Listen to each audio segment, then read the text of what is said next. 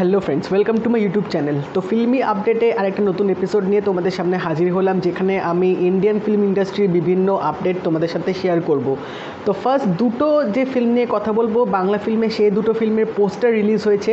এবং ফার্স্ট যে মুভিটা নিয়ে কথা বলবো সেটা হচ্ছে সৃজিত মুখার্জির আপকামিং মুভি, যেটার নাম হচ্ছে এক্স ইকুয়ালস টু প্রেম। তো এই পোস্টারটা আজকে রিলিজ হয়ে গেছে এবং এটা শোনা যাচ্ছে যে 2 জুলাই থেকে এটা শুটিং শুরু হবে।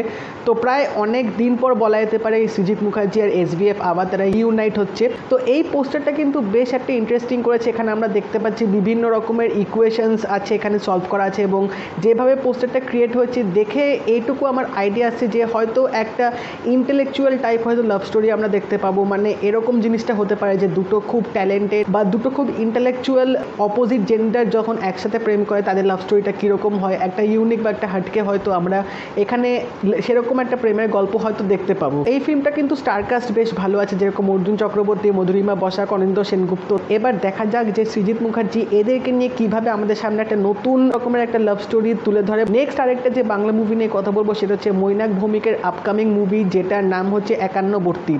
তো এই 51বর্তীর পোস্টারটা কিন্তু বেশ ইন্টারেস্টিং লাগছে, এবং যেভাবে পোস্টারটা সাজানো হয়েছে একটা মানে আর্ট, একটা ড্রয়িং করে সে এরকম পোস্টারটা বানানো হয়েছে। এবং এখানে আমরা দেখতে পাচ্ছি 4টে মহিলা দাঁড়িয়ে আছে একটা দুর্গা দালানে, এবং যেভাবে রিপ্রেজেন্ট করা হয়েছে 4টে মহিলাকে, সেটা দেখে এইটুকু আন্দাজ করা যায় যে একটা ফ্যামিলিতে হয়তো 4টে হয়তো জেনারেশন থাকবে। এবং আমার যেটা দেখে মনে হলো যে এই 4টে জেনারেশনই হয়তো দুর্গাপুজো কন্ডাক্ট করে আসছে।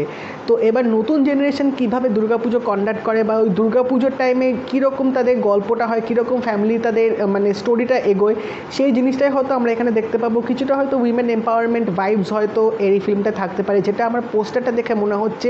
এবং পোস্টারটার মধ্যে লেখা আছে 51 নয় 1 অন্য। তো এটাও কিন্তু বেশ ইন্টারেস্টিং, মানে 51বর্তী হওয়া সত্ত্বেও 51 নয় বাট 1 অন্য এখানে বলা হচ্ছে। তো এবার দেখা যাক ফিল্মটা কীরকম হয়।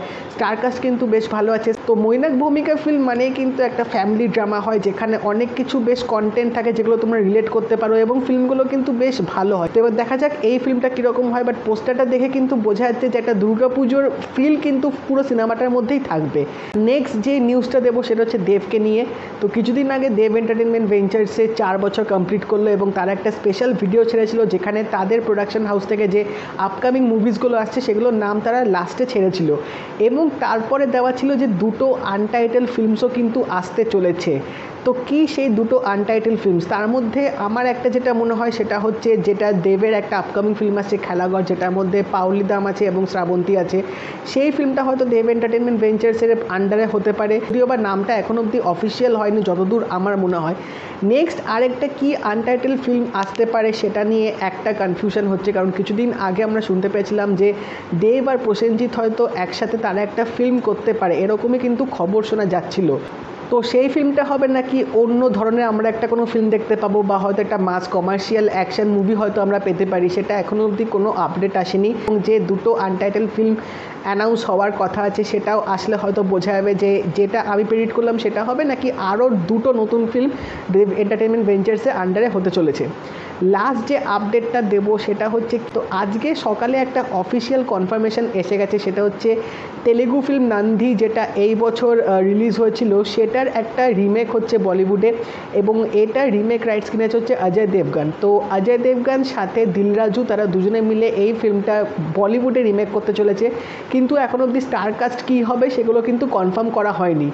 এবং আমার মনে হয় আল্লারি নারেশের ক্যারেক্টারটা খুব সম্ভবত হয়তো অজয় দেবগান করতে পারে, যেহেতু অজয় দেবগান রাইটসটা কিনেছে, এবং ক্যারেক্টারটা যেরকম ছিল সেই ক্যারেক্টারটা অজয় দেবগানই মনে হয় পোর্ট্রে করবে। বাট এইরকম একটা মানে অসাধারণ একটা তেলেগু ফিল্ম কেন বলিউডে আবার রিমেক করতে যাচ্ছে আমি বুঝলাম না। মানে এতটাই কন্টেন্টের কি অভাব হয়ে গেছে, এতটাই কি রাইটারদের অভাব হয়ে গেছে যে ভালো ভালো তেলেগু ফিল্মগুলো এখন মানে ওখান থেকে রিমেক রাইটস কিনে এখন বলিউডে পুরো রিমেক করা হচ্ছে, যেখানে এখন আমরা OTTর দৌলতে কিন্তু অনেক এরকম তেলেগু ফিল্ম কিন্তু আমরা দেখা শুরু করেছি উইথ ইংলিশ সাবটাইটেলস আর বেঙ্গলি সাবটাইটেলস যেগুলো অ্যাভেলেবেল থাকে, এবং সেটা কিন্তু একটা ওয়াইডার অডিয়েন্সে কিন্তু আস্তে আস্তে অনেক পৌঁছে যাচ্ছে। কিন্তু তারপরেও রিমেক হয়েই যাচ্ছে।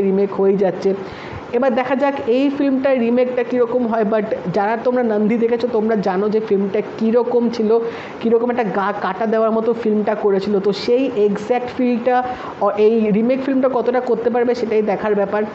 তো এটা স্টারকাস্ট পরে নিশ্চয়ই অ্যানাউন্সমেন্ট আসবে, তো দেখা যাক কী হয়, সেটা আপডেট আসলে অবশ্যই তোমাদের সাথে শেয়ার করব। তো এই ছিল কটা অ্যানাউন্সমেন্ট, ভাবলাম তোমাদের সাথে শেয়ার করে দিই। তোমরা অবশ্যই জানিও কোনটা নিয়ে বেশি এক্সাইটেড আছো, আর যদি এই ভিডিওটা ভালো লাগে থাকে লাইক করে দিও, শেয়ার করে দিও, চ্যানেলটা কিন্তু অবশ্যই সাবস্ক্রাইব করে দেবে, নোটিফিকেশান বেলটাও কিন্তু অল করে দিও। তা দেখা হবে পরের ভিডিওতে, বাই।